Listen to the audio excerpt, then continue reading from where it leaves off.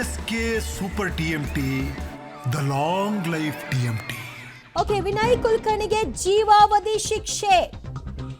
ವಿನಯ್ ಕುಲಕರ್ಣಿ ಮಾಜಿ ಸಚಿವ ಕೊಲೆ ಪ್ರಕರಣದಲ್ಲಿ ದೋಷಿ ಅಂತ ಸಾಬೀತಾದ ಬೆನ್ನಲ್ಲೇ ಅವರ ಶಿಕ್ಷೆಯ ಪ್ರಮಾಣ ಈಗ ಬಹಳ ಕುತೂಹಲಕ್ಕೆ ಕಾರಣವಾಗಿತ್ತು. ಜೀವಾವಧಿ ಶಿಕ್ಷೆಯನ್ನ ಪ್ರಕಟ ಮಾಡಲಾಗಿದೆ. ಇದೀಗಷ್ಟೇ ಕೋರ್ಟ್ನ ಕಲಾಪ ಆರಂಭವಾಯಿತು. ಜಡ್ಜ್ ಅಪರಾಧಿಗಳ ಒಂದು ಫೈಲ್ಗೆ ಸಹಿಯನ್ನ ಹಾಕಿ ಜಡ್ಜ್ಮೆಂಟ್ ಕಾಪಿಗೆ ಸಹಿ ಹಾಕಿದ ನಂತರದಲ್ಲಿ ತೀರ್ಪನ್ನ ಪ್ರಕಟಿಸಿದ್ದಾರೆ.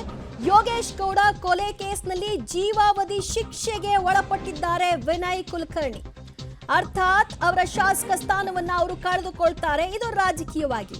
ಆದ್ರೆ ಆ ಯೋಗೇಶ್ ಗೌಡ ಕುಟುಂಬಸ್ಥರಿಗೆ ಇದೊಂದು ನೆಮ್ಮದಿಯ ನುಟ್ಟಿಸರು. ಎಲ್ಲ 17 ಅಪರಾಧಿಗಳಿಗೂ ಕೂಡ ಜೀವಾವಧಿ ಶಿಕ್ಷೆ ಅಂತ ಕೋರ್ಟ್ ಹೇಳಿದೆ. ಜನಪ್ರತಿನಿಧಿಗಳ ಕೋರ್ಟ್ ಈ ಆದೇಶವನ್ನ ಪ್ರಕಟಿಸಿದೆ. ಜಡ್ಜ್ ಗಜಾನನ ಭಟ್ ಅವರು ತಮ್ಮ ಆದೇಶವನ್ನ ಘೋಷಿಸಿದ್ದಾರೆ. ಯೋಗೇಶ್ ಗೌಡ ಕೊಲೆಯನ್ನ ಬರ್ಬರವಾಗಿ ಮಾಡಲಾಗಿತ್ತು. 16 ಅಪರಾಧಿಗಳಿಗೆ ಜೀವಾವಧಿ ಶಿಕ್ಷೆ.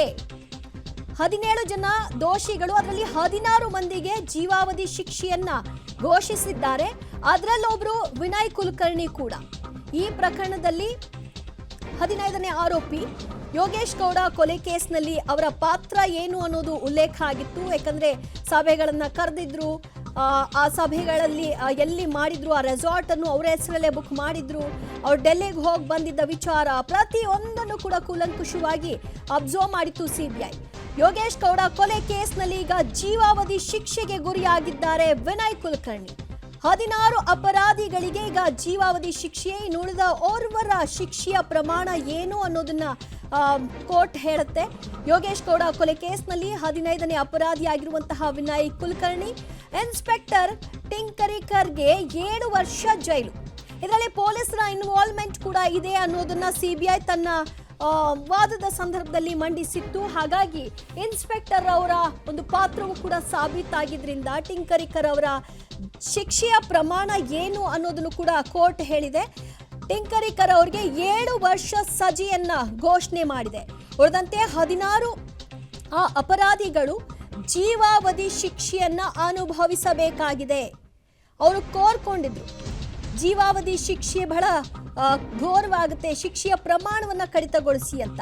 ನಿರ್ದಿಷ್ಟ ಇಂತಿಷ್ಟು ಅವಧಿಯವರೆಗೂ ಶಿಕ್ಷೆ ಅಂತ ಹೇಳಿದಿದ್ರೆ ಬಹುಶಃ ಅವರುಗಳಿಗೆ ಒಂದು ನೆಮ್ಮದಿ ಕಾಣಿಸ್ತಾ ಇತ್ತು ಅನ್ಸುತ್ತೆ. ಬಟ್ ಅದು ಆಗಿಲ್ಲ. ಜನಪ್ರತಿನಿಧಿಗಳ ಕೋರ್ಟ್ ಆದೇಶ ಹೊರಬಿದ್ದಿದ್ದು ಯೋಗೇಶ್ ಗೌಡ ಕೊಲೆ ಕೇಸ್ನ 15ನೇ ಅಪರಾಧಿಯಾಗಿರುವ ವಿನಯ್ ಕುಲಕರ್ಣಿ ಸೇರಿದಂತೆ ಉಳಿದ ಒಟ್ಟು 16 ಅಪರಾಧಿಗಳು ಜೀವಾವಧಿ ಶಿಕ್ಷೆಗೆ ಗುರಿಯಾಗಿದ್ದಾರೆ. ಓರ್ವ ಇನ್ಸ್ಪೆಕ್ಟರ್ ಅಪರಾಧಿ ಟಿಂಕರಿಕರ್, ಇವರಿಗೆ 7 ವರ್ಷ ಶಿಕ್ಷೆಯನ್ನ ಪ್ರಕಟ ಮಾಡಲಾಗಿದೆ.